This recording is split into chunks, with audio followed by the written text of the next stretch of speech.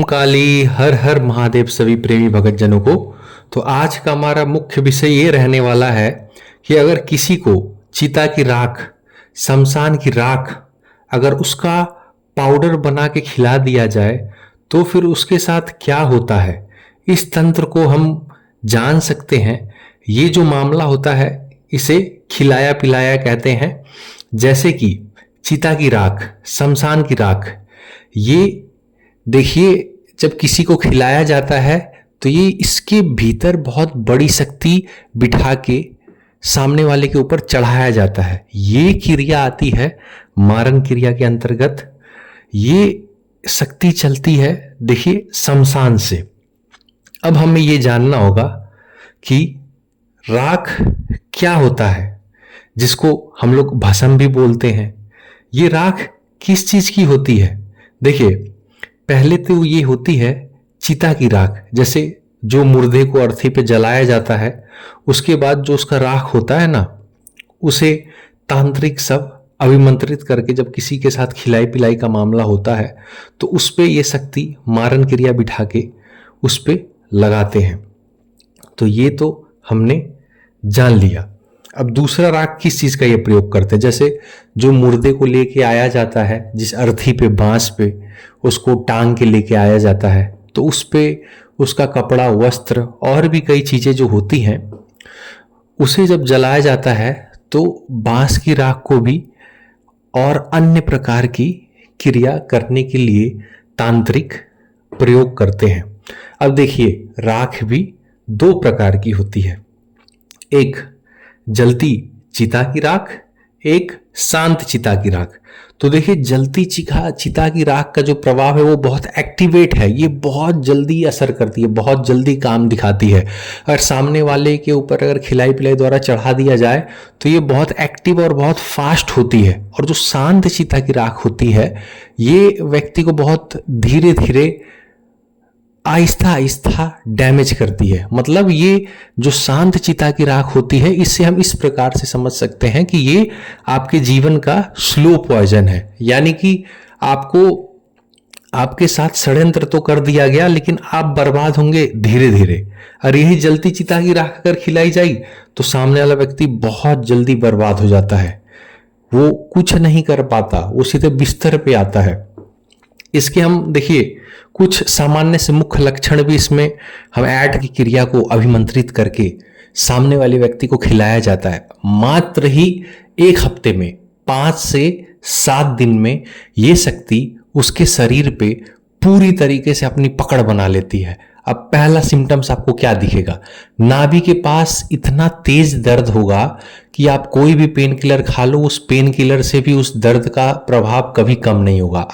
लोग तो डॉक्टर के पास जाते हैं, डॉक्टर उनको इंजेक्शन यानी सुई लगाते हैं पेन किलर की नसों में, फिर भी उनको आराम नहीं पड़ता। ये पहला लक्षण हो गया। दूसरा जो लक्षण है, आपका सिर इतना भारी हो जाएगा जैसे लगेगा कि आपकी नसें फट जाएंगी, जैसे ब्रेन हेमरेज हो जाएगा। जैसे जो नस होता है ना वो अलग से दिखेगा कि उस पे रक्त का प्रभाव चल रहा है। बहुत तेजी से वो नस को आप देख सकते हैं कि बहुत तेजी से उसमें हलचल है और वो आपको एकदम क्लियर दिखेगा कि यहां से रक्त का प्रभाव बहुत तेज है। ये दूसरा हो गया। तीसरा, आपके सीने पे जो कलेजे का भाग है उसको कोई जकड़ लेता है एकदम तेज। आपकी धड़कनें कभी कभी अचानक से रुक जाती है, कभी रुक जाती है, कभी कम चलती है, कभी ज्यादा चलती है। यह आप एकदम साक्षात अनुभव कर सकते हैं। चौथा, आपको सांस लेने में दिक्कत होती है, सांसें रुक जाती है। और जो पांचवा है, लक्षण तो देखिए इसके बहुत हैं लेकिन 5 में आपको टॉप 5 लक्षण मैं बता देता हूं। इससे एक बच्चा भी जान सकता है कि ये मारन क्रिया ही है। ठीक है जी, ये खिलाई पिलाई का ही मामला है। जो 5वां आपका होता है, इसमें आपका प्रेशर अचानक से घट जाता है और प्रेशर अचानक से बढ़ जाता है। तो इससे क्या होता है कि व्यक्ति बार बार डॉक्टर के पास जाता है, प्रेशर चेक कराता है, ऊपर नीचे होने के नाते व्यक्ति को चक्कर आता है और वो कुछ नहीं कर पाता, वो सीधे बिस्तर पे आता है। दवा खाते खाते उसको और उसके बॉडी में साइड इफेक्ट हो जाता है। तो ये एकदम स्पष्ट है, एकदम क्लियर लक्षण है। आपको आज तक इतने गहराइयों से किसी ने नहीं बताया होगा यूट्यूब पे।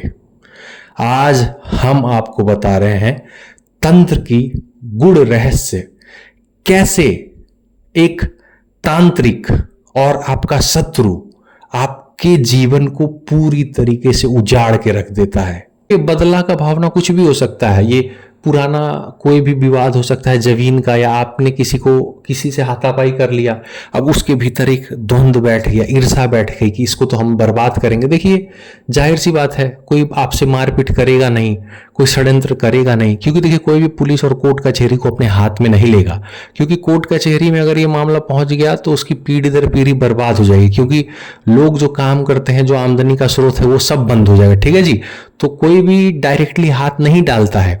अब तंत्र का सहारा इसलिए भी लेते हैं लोग, अघोरी, औघड़, ठीक है जी, कोई भी सोखा बुनिया का सहारा इन लोग इसलिए भी लेते हैं, सेवड़ा का, कि अगर इन लोगों की सहायता से अगर किसी के ऊपर मारन क्रिया चढ़ाया जाए तो सामने वाला व्यक्ति भी खत्म और इनके ऊपर देखिए कोई केस भी नहीं होता है।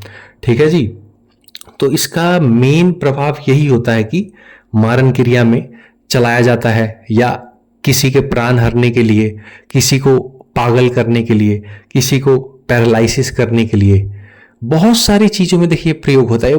तो देखिए जो शमशान को जगाने में माहिर हो, जैसे कि औघड़, अघोरी और सिद्ध योगी, या जो शमशान का सेवक रहता है, जो उसकी देखरेख करता है, तो वो बड़े ही आसानी से शमशान को जगा के, शक्ति को जागृत करके उस राख में, ठीक है जी, शक्ति को अभिमंत्रित करके वो उसमें बिठा देता है, जिसके ऊपर ये चढ़ाना होता है। अब आपका जानकार व्यक्ति क्या करता है, आपको सरप्राइज पार्टी देता है, दावत देता है, या कोई भी कार्यक्रम हो सकता है, ये विवाह का कार्यक्रम हो सकता है, कोई पूजा पद्धति हो, कोई भी पूजा होता है, कोई भी कथा होता है, कोई भी मांगलिक कार्य में सब मिला देते हैं।